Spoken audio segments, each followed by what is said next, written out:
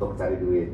Oke, tadi Bastian udah kasih share panjang lebar, Yudi, Ajung. Sekarang waktunya saya kasih teman-teman kesempatan buat memberikan pertanyaan. Ya, pertanyaannya jangan yang standar, jangan yang ada di PPT, itu bisa ditanya nanti. Yang menurut kalian itu yang benar-benar pertanyaannya kelas berat lah. Ya, kalau bisa sekelas Mike Tyson gitu pertanyaannya ya, dilempar. Oke, buat teman-teman siapa yang mau nanya tadi, Ibu? Selamat sore. Sore. Saya Hermida. Saya baru gabung dan terus terang saya pengetahuan tentang koin ini nol besar. Ya, saya baru tahunya tuh ada koin itu ya di CD coin ini. Nah, yang ingin saya tanyakan begini, kita kan sekarang mau ngajak orang lah istilahnya ya, sehingga tadi dikatakan bulan Juni itu kalau bisa mencapai sejuta atau 100 ribu ya, 100 ribu. Nah, yang ingin saya tanyakan di sini, dengan kondisi sekarang saja ya, sekitar berapa sekarang Ko Johan? 50 ribu ya? Kalau dari wallet sih kita sudah menuju 90.000. Udah 90 Ya, ribu. dari wallet. Tapi kalau mungkin data realnya anggap aja sepertiganya lah ya, 30.000 lah. Ya. Gitu. Nah, dengan kondisi seperti sekarang, kita kalau WD ke Indodax, itu pengalaman saya baru sekali ya, WD ke Indodax, itu perlu waktu 18 hari. Nah, yang saya pernah dapat dari Bu Devi, itu kenapa sampai bisa 18 hari, karena ditahan supaya harganya nggak anjlok. Di sini ada demand-nya, kalau demand-nya rendah, maka akan ditahan supaya harga tidak anjlok, tapi begitu demand tinggi baru dilepas banyak. Nah, seandainya nanti komunitas sudah tambah banyak, nah itu akan tambah lama nggak di WD di Indodax-nya gitu. Kalau WD Indosan sih udah pasti ya, cair gitu. Mungkin itu aja. Oke, ya ini pertanyaan bagus kebetulan buat ini kan rata-rata udah member ya. Jadi biar saya explain masalah WD Indodax. Mungkin kalau saya Ajung gitu yang memang sudah pemain koin, kita sering main koin, kita tahu biasa kalau kripto yang ada networknya, mereka itu melepas ngelos WD lah ya, jadi mereka lebih menjaga gengsi daripada menjaga perusahaan itu sendiri, dan rata-rata pasti mampus ya. Paling parah itu sebenarnya terjadi di BitConnect, itu hampir seluruh dunia hancur lah ya, karena itu mereka itu lebih jaga gengsi, withdraw langsung masuk, itu tidak dikontrol supply-nya. Sedangkan kita tahu harga koin itu tergantung antara demand dan supply, benar nggak? Ya, sudah pasti ya. Jadi DVD untuk masalah waktu WD itu bukan hanya satu yang tadi Ibu bilang saja, bukan hanya dia kalau mengontrol supply. Kayak belakangan ini sebenarnya dia udah nggak terlalu mengontrol supply karena udah lumayan lah, karena udah melewati masa liburan, ya. Tapi yang terjadi mungkin kalau ada yang ngerti di sini, Ethereum fee-nya lagi naik-naiknya. Ya, satu transaksi itu di Indodax saja kalau kita klik mau transfer USDT yang harusnya biasanya 2 sampai 5 dolar itu 20 dolar. Ada yang menyadari ya? Kalau yang ini ya. Jadi gas fee itu juga menentukan dia cepat apa lambat. Kayak sekarang lah, karena sudah terlalu lama, mungkin 4 hari ini ya, gas fee-nya itu tinggi terus kan. Jadi akhirnya manajemen ambil satu langkah biar nggak terlalu lama. Jadi yang withdraw kecil-kecil itu di cancelin, dijadikan satu, ya. Jadi gini, di Rechain ini, setiap kali orang withdraw satu transaksi, itu akan kena fee.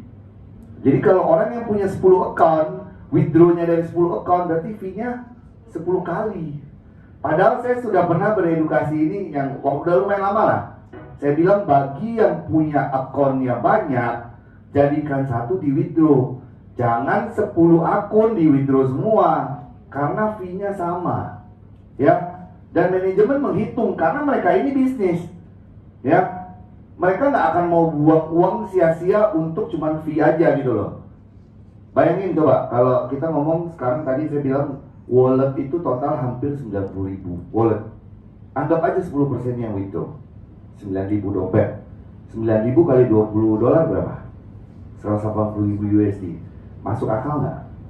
Biaya fee aja 180.000 USD. Tidak masuk akal, ya. Jadi maksudnya teman-teman, selain itu alasan itu ada satu lagi alasan kadang-kadang withdraw itu bisa lambat. Itu dari pihak Indodax-nya sendiri, ya. Ada kejadian berapa kali itu dari rechain-nya sudah terkirim di Indodax-nya tidak terkredit, ya. Jadi kalau misalnya withdraw Indodax itu sudah pasti ada beberapa hal yang kadang-kadang bisa bikin lebih lambat. Tapi saya berani jamin 100% pasti masuk, ya. Masuknya juga nggak akan terlalu lama kayak sekarang lah. Dengan kondisi berapa hari ini view udah naik, walaupun masih tinggi, manajemen tuh sudah nggak tahan untuk keluarin. Makanya dia cari solusi lain. Karena mereka juga maunya sebenarnya cepet, ya. Malah kadang-kadang manajemen yang telepon saya, ini solusinya gimana ya? Apa kita naikin fee atau apa? Mereka juga nggak suka nahan koin itu lama-lama. Kenapa? Kalau mereka tahan lama, sekali mereka keluarin banyak, itu lebih ngefek ke harga di market. Benar nggak? Betul. Jadi sebenarnya ada hal-hal tertentu yang dipikirkan oleh manajemen itu. Jangan sampai kita komunitas ini, kita ini ujung tombaknya mereka. Tapi kita juga bisa nusuk perusahaan. Ya, kenapa? Karena kita suppliernya. Benar nggak? Kalau semua tim nggak kompak, kita maunya enak dong, jual terus lama-lama koinnya hancur, ya nggak. Proyek ini akan jelek juga gitu loh. Ya, jadi makanya kenapa ada solusi withdraw instan. Nanti setelah Reward City keluar, itu akan lebih tertata lagi. Jadi seperti Indodax. Indodax kan kita tahu ya, ada penunjukan kepada exchanger lokal. Seperti salah satunya tadi lah, punya Ajum, exchanger terbesar, partnernya Indodax di Indonesia, ya. Nanti di Rechain pun ada seperti itu. Jadi akan ada agent-agent baru yang memang ditentukan resmi dari perusahaan boleh menerima withdraw instan sesuai rules yang diberikan sama manajemen, ya. Jadi tujuannya itu apa? Untuk mengontrol supply ini biar nggak benar-benar semuanya itu berarus ke pasar, ya. Pertanyaan yang kedua tadi Ibu, kalau membernya makin banyak, apakah akan makin lama? Benar Ibu ya? Sekarang saya tanya, di saat YouTube, ini saya ambil contoh YouTube ya, waktu dia masih sepi, banyak nggak iklan yang pasang iklan di YouTube? Nggak ada ya. Sekarang banyak nggak iklan yang pasang di YouTube? Banyak. Bener nggak? Sama seperti kita Bu, ya.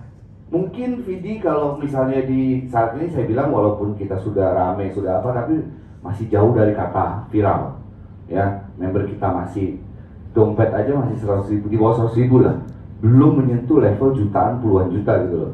Jadi kalau kita semakin viral, otomatis iklan-iklan itu akan berdatangan lebih banyak lagi. Ya itu nggak bisa dilepas Bu, ya. Sama kayak Facebook. Di saat dulu pertama Facebook keluar, siapa yang mau taruh iklan di Facebook? Bener nggak? Coba sekarang kita lihat di Facebook, iklannya banyak nggak? Banyak banget. Ya, jadi komunitas itu mendatangkan iklan Bu, ya. Jadi mungkin Ibu lihatnya sekarang, oh takutnya nanti karena makin banyak member makin lama. Enggak. Sebenarnya itu ada ekosistem yang akan diciptakan, ya. Nanti juga seandainya semakin besar komunitas kita, VD ini bukan cuma sekedar bisa dijual aja koinnya, tapi ada kegunaannya, ya. Maksudnya kegunaan itu koin ini jadi ada useful selain dijual. Kita bisa beli kebutuhan hidup kita sehari-hari di e-commerce-nya, kita yang mau traveling bisa beli tiket di sana, kita yang mau nginep bisa beli bisa bayar penginapan di sana dan lain-lainnya semua segala macam untuk kehidupan daily kita. Jadi buat kita nih yang sering mau cairin terus mau belanja ke mall, gak usah lagi karena kita nggak perlu cairin itu, kita sudah bisa belanja seperti itu ya. Jadi ekosistem inilah yang dibangun oleh perusahaan, ya. Jadi saya berkali-kali ngomong sama teman-teman terutama yang bergerak ya, yang fight di lapangan. Saya bilang kalau masalah WD nggak usah khawatir, saya yang jadi jaminannya pasti masuk, ya. Cuman kadang lambat atau cepatnya ini kita nggak bisa memaksakan perusahaan, karena apa yang mereka ambil langkah ini untuk menjaga kestabilan pasar aja. Sekarang mereka mau keluarin cepat juga nggak ada ruginya, benar nggak Bu? Karena yang dibayar ke kita apa? Daun aja sebenarnya. Kripto ini kan ciptaan mereka aja. Jadi dia mau kasih kita banyak juga nggak ada ruginya.